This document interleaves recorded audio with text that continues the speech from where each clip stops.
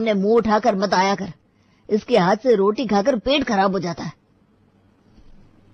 माँ, इसको हटा यहाँ से, मेरे सामने ये आज के बाद दिखनी नहीं चाहिए। अरे मनहूस, तुझे कितनी बार कहा है सामने मत आया कर, क्यों आती है? तुझे वो कमरा दिया है ना, बैठी रहे वहाँ, बाहर से तुझे खाना तो देते हैं, और क्या चाहिए? पापा, आप मुझसे कब तक नाराज रहेंगे? माँ के ना होने पर मेरी क्या गलती है? मुझे क्यों गुस्सा जाता है? मैं तंग आ गई हूँ। तेरी गलती नहीं है तो किसकी गलती है? पैदा होते ही पहले मेरी बीवी को खा गई, और अब अपनी शक्ल दिखा दिखा कर मुझे परेशान करती है, उसकी याद दिलाती है। तुझे पता है कितना प्यार करता था मैं उससे, 7 जमाने से लड़कर मैंने उससे शादी की थी, लेकिन तू पैदा ना होती तो वो आज जिंदा होती। तुझे पैदा करने के कारण वो दुनिया से चल बसी। अच्छा होता अगर हम बेऔलाद ही रहते। शाम को रोने लग गई, तुझे पता है संध्या समय नहीं रोते, और ऐसा क्या कर दिया, तेरा गला दबा दिया है जो रो रही है। अब 4 बातें सुनने की आदत नहीं होगी तो ससुराल में क्या करेगी? माँ, आप इसे घर से बाहर निकालो। अब तक समाज के डर से हम लोग इसे फेंक नहीं रहे थे, अब तो शादी लायक हो गई है, कोई लड़का देखो और विदा करो इसको। अरे अच्छे लड़के मिलते कहाँ हैं, और जो है मोटा मोटा दहेज मांग रहे। किसने कहा अच्छा लड़का देखने के लिए?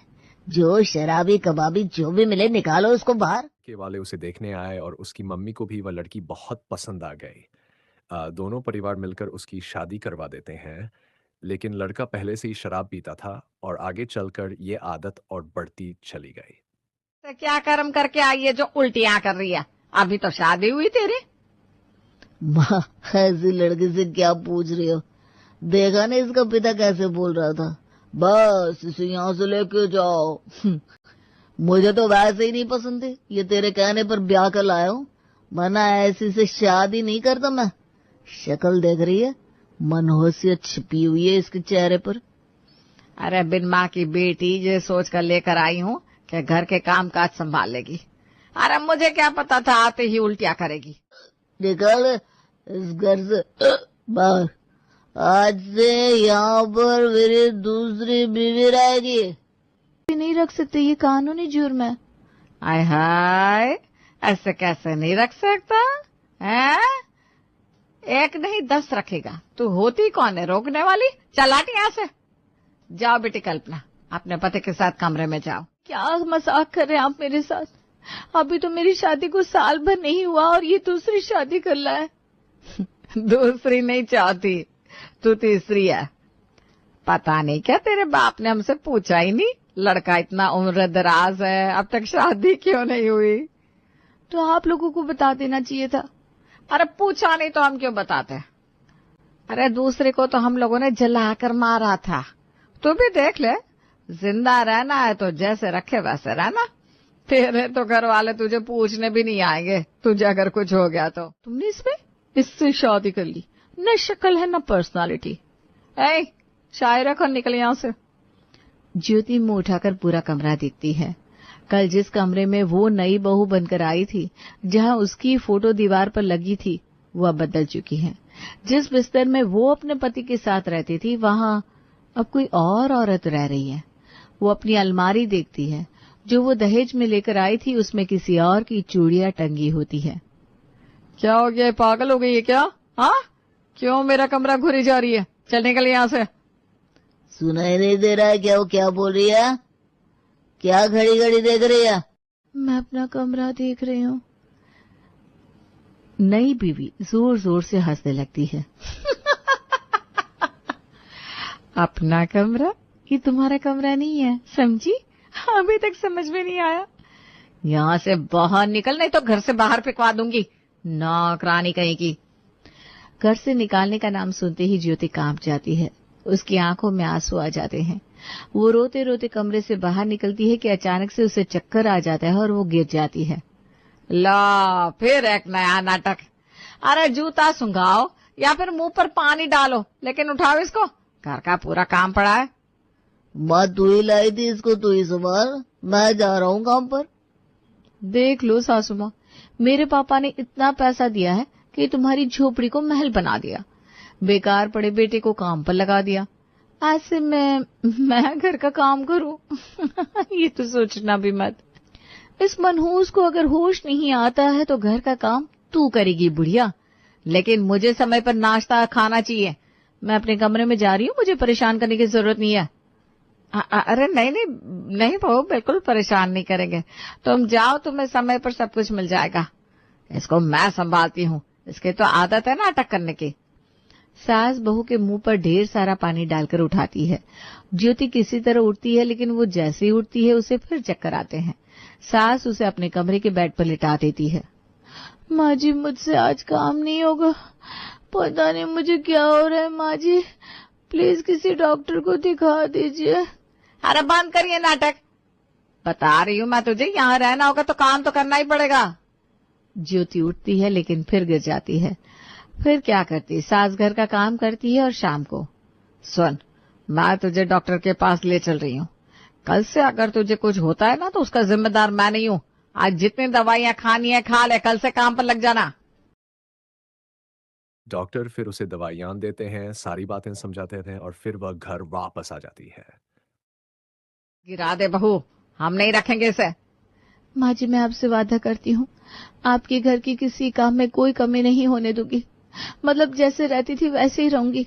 ज्योति पहले की तरह घर का सारा काम करती रहती है, लेकिन करीब 7-8 महीनों बाद उसे काम करने में दिक्कत होने लगती है। पेट से थी और मुझे किसी ने बताया क्यों नहीं? मुझे अब पता चल रहा है, 8वें महीने में। अब बहू क्या बताया, हमें भी ना कुछ दिन पहले ही पता चला है, वरना हम ये बच्चा गिरा ना देते। वैसे हमें क्या करना है, काम तो पूरा कर रही है ना, वैसे ही जैसे पहले किया करती थी, तो रहने देना अब।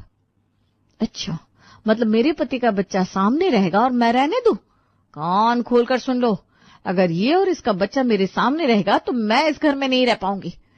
इसे तो आपको घर से बाहर निकालना ही होगा, या फिर मैं जा रही हूँ। अरे कैसी बात कर रही हो मेरी जान, तुम क्यों बाहर जाओगी? मैं अभी इसे इसके बच्चे के साथ बाहर फेंक देता हूँ। मुझे तो वैसे भी ना इसकी जरूरत है ना इसके बच्चे की। इसे न जाने क्यों माँ पाल रही थी। अरे मैं क्यों पालूंगी, निकालना है तो निकाल दे, लेकिन काम करती थी नौकरानी की तरह फ्री में। अच्छा, तो तुम क्या करती हो? सास बनने का शौक है बस, कल से तुम काम करोगी, समझी? सास बेटे की ओर देखती है। हाँ तो क्या गलत बोल रही है कल्पना? अरे बैठ कर खाना है तो कुछ तो काम करना होगा ना भाई, मैंने क्या अनाथालय खोला है? ज्योति ये सब देखकर सोच में पड़ जाती है। जो इंसान अपनी माँ के बारे में ही नहीं सोच सकता, वो भला अपने बच्चे के बारे में कैसे सोच पाएगा। फिर वो जैसे तैसे घर के काम निपटाती रहती है। माँ, कल्पना नहीं चाहती ये बच्चा हो। बेटा, तेरी पहले भी 4 शादियां हो चुकी है, पर बच्चा आज भी एक भी नहीं है। मैं इस बच्चे को किसी भी तरीके से नहीं रोकना चाहती हूँ। आखिर मैं भी तो चाहती हूँ कि मैं दादी बनूं। सो बोल दिया, अपनी माँ से बोल देना ये बात कि कल्पना नहीं चाहती कि इसको बच्चा हो। माँ, बच्चा तो कल्पना भी आज नहीं तो कल कर लेगी, फिलहाल तो इसे निकालो, वरना अगर कल्पना ये घर छोड़कर चली गई तो हम लोग फिर एक बार झोपड़ी में आ जाएंगे। ठीक है बेटा, मैं कुछ करती हूँ। वो अपने पति और सास की सारी बातें चुपचाप सुन लेती है। सब कुछ देखने सुनने के बाद उसका दिल तो बहुत दुखता है, लेकिन फिर भी वो खुद को संभालती है और सोचती है कि एक बार कल्पना से बात करनी चाहिए। देखो कल्पना, मैं ये समझ सकती हूँ कि पति का बच्चा अगर किसी और औरत के कोख से पैदा हो तो औरत के लिए कितनी परेशानी वाली बात होती है। लेकिन तुम ये भी जानती हो कि अब मेरे और मेरे पति के बीच कोई रिश्ता नहीं है। ये बच्चा मेरे जीने की उम्मीद है। मैं तुमसे वादा करती हूँ कि इस बच्चे के होने के बाद मैं ये घर छोड़कर खुद ही चली जाऊंगी। बस बच्चे के होने तक मुझे इस घर में रहने दो। हाँ, मैं जानती हूँ तुम्हारे और मेरे पति के बीच में कुछ भी नहीं है। ठीक है, तुम्हारे जैसी औरत को जीवन में कुछ भी नहीं मिला। मैं इस बच्चे को पैदा करने में तुम्हारी मदद करूंगी, लेकिन जिस दिन ये बच्चा पैदा होगा उसके बाद जैसे ही तुम ठीक हो गई तो ये बच्चा लेकर हमारी जिंदगी से दूर चली जाना। ज्योति कल्पना की बात मान जाती है और वहीं रहने लगती है। कुछ दिन बाद वह एक क्यूट से बच्चे को जन्म देती है। अरे वाह, ये तो बिल्कुल अपने बाप पर गया है। देखो इसकी आंखें, इसका मत्था, इसका चेहरा बिल्कुल मेरे बेटे जैसा है। ए बुढ़िया, इतना नाटक करने की कोई जरूरत नहीं है। अभी तक तो यही नाटक करती थी, अब तो तूने भी शुरू कर दिया। हटाइए बच्चे यहाँ से। ऐसा मत करो कल्पना, इस लड़के के भरोसे मैं अपनी पूरी जिंदगी काट लूंगी। मुझे बच्चा चाहिए। बच्चा चाहिए तो मैं पैदा कर दूंगी, लेकिन इसको भगाओ यहाँ से। चलिए माँ जी, अगर आप अपने बेटे के बिना नहीं रह सकती हैं तो आप मेरे साथ चल सकती हैं। तेरे साथ कौन जाना चाहता है? तू तो मेरा पोता दे दे बस मुझे। ये चेहरा मुझे मेरे बेटे के बचपन की याद दिलाता है। अब मैं इस पोते को तुझे कहीं नहीं ले जाने दूंगी। ज्योति जोर जोर से रोने लगती है। कैसे बहकी बहकी बातें कर रही है माँ जी? मुझसे प्यार नहीं है, मेरे बच्चे को कैसे रखेंगे? अरे तुझे रखना भी कौन चाहता है? लेकिन माँ जी, मेरा बच्चा मेरा दूध पीता है, ये माँ के बिना नहीं रह सकता। मैं ऐसे किसी भी हालत में आपको मेरा बच्चा नहीं दूंगी। मुझे पता होता कि आपका इरादा अगर मेरे बच्चे को हड़पने का है तो मैं इस घर में इस बच्चे को जन्म ही ना देती। अच्छा, ये तेरे अकेले का बेटा नहीं है, ये मेरे बेटे का भी बेटा है। अपने जीवन में जो कुछ सहा वो सब एक तरफ, लेकिन अब मेरे पास मेरा बच्चा भी है। मैं ऐसे किसी भी हालत में आप लोगों को मेरा बेटा नहीं दूंगी। आप लोगों ने हमें बुलाया, जानते तो हो आप लोग, हम तो इसकी शक्ल भी नहीं देखना चाहते, इसीलिए तो हम इस घर में भी नहीं आते।